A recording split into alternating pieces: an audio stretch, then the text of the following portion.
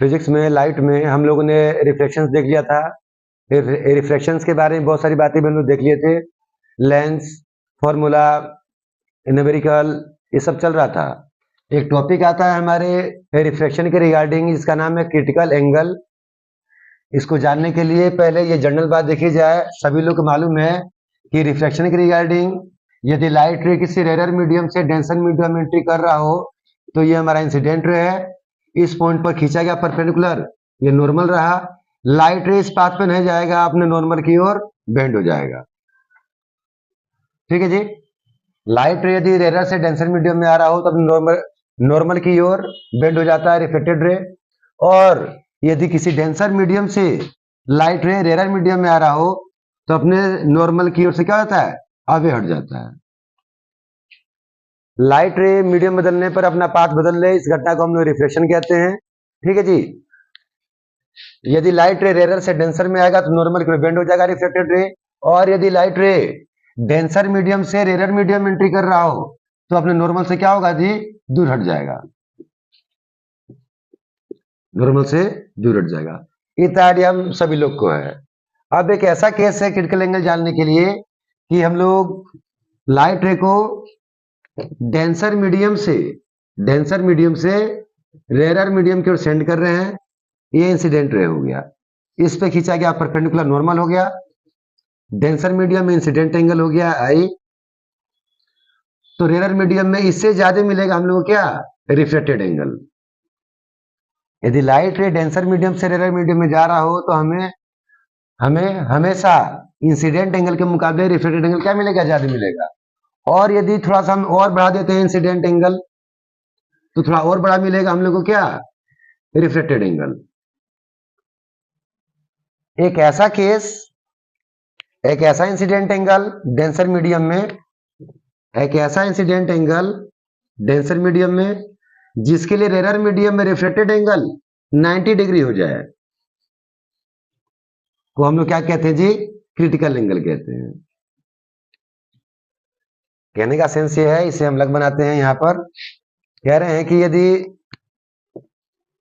Denser medium में, नीचे हमारा डेंसर मीडियम है, डेंसर मीडियम में एक ऐसा इंसिडेंट एंगल जिसके लिए रेयर मीडियम में रिफ्लेक्टेड एंगल कितना हो जाए, 90 डिग्री हो जाए। ये नॉर्मल हो गया और ये रिफ्लेक्टेड रे है। तो इस एंगल को हम लोग क्या बोलते हैं, क्रिटिकल एंगल।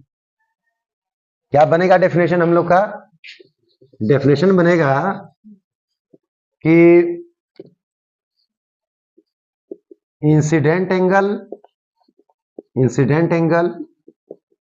इन डेंसर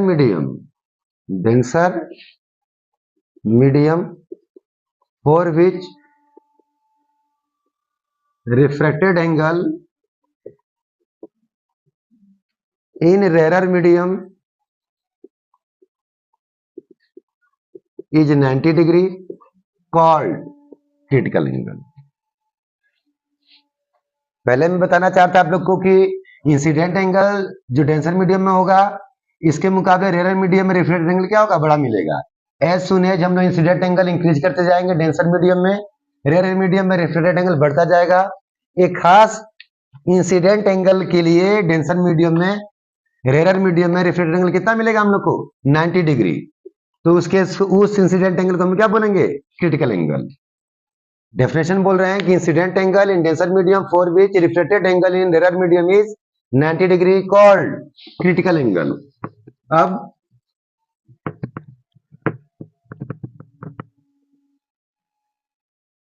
अब जैसा रिफ्लेक्शन पढ़ाया गया है, रिफ्लेक्टिव इंडेक्स पढ़ाया मैंने आप लोग को, तो रिफ्लेक्टिव इंडेक्स निकाला जा रहा है। यहां पर लाइट कहां से आ रहा है, डेंसर से रेयर में।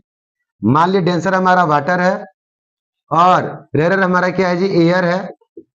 तो मैंने बताया था आप लोग को कि जिस मीडियम में लाइट रे अपना रास्ता बेंड करता है उस मीडियम का रिफ्लेक्टिव इंडेक्स हम लोग फाइंड आउट करने पाते हैं। तो रिफ्लेक्टिव इंडेक्स किसका निकलेगा यहाँ पर, एयर का।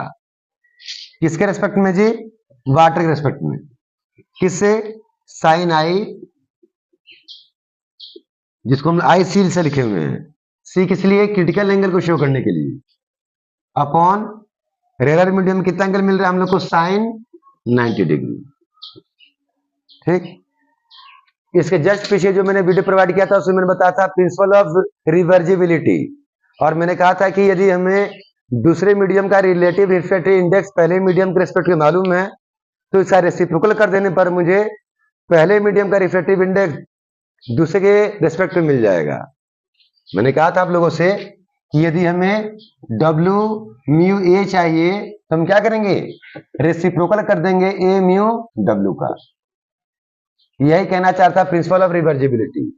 इसी का सहारा लिया जा रहा है। क्या निकालने जा रहे हैं हम?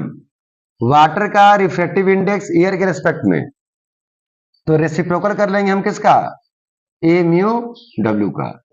तो 1 upon A mu W value कितना है? Sine IC upon sine 90, sine IC upon sine 90। तो साइन 90 ऊपर क्या हो जाएगा? ऊपर पहुंच जाएगा साइन 90 डिग्री। किसका वैल्यू है ये? वाटर का रिफ्रैक्टिव इंडेक्स एयर के रिस्पेक्ट में। वाटर का रिफ्रैक्टिव इंडेक्स एयर के रिस्पेक्ट में साइन 90 का वैल्यू कितना होता है? 1। साइन 90 डिग्री का वैल्यू होता है 1। तो क्या बन जाएगा ये? 1 अपॉन साइन IC। ये रिलेशन बता रहा है कि क्रिटिकल एंगल बढ़ने पर रिफ्रैक्टिव इंडेक्स क्या होता है? घटता है, या क्रिटिकल एंगल घटने पर रिफ्रैक्टिव इंडेक्स क्या होता है? बढ़ता है। इट मीन कि जिस मीडियम के लिए क्रिटिकल एंगल का वैल्यू बड़ा होगा उस मीडियम का रिफ्रैक्टिव इंडेक्स क्या होगा? छोटा होगा। और जिस मीडियम के लिए क्रिटिकल एंगल का वैल्यू छोटा होगा उसके लिए क्या है जी? रिफ्रैक्टिव इंडेक्स का वैल्यू बड़ा मिलेगा। यानी कि रिफ्रैक्टिव इंडेक्स ऑफ मीडियम और क्रिटिकल एंगल आपस में इनवर्जिव प्रोपोर्शनल है।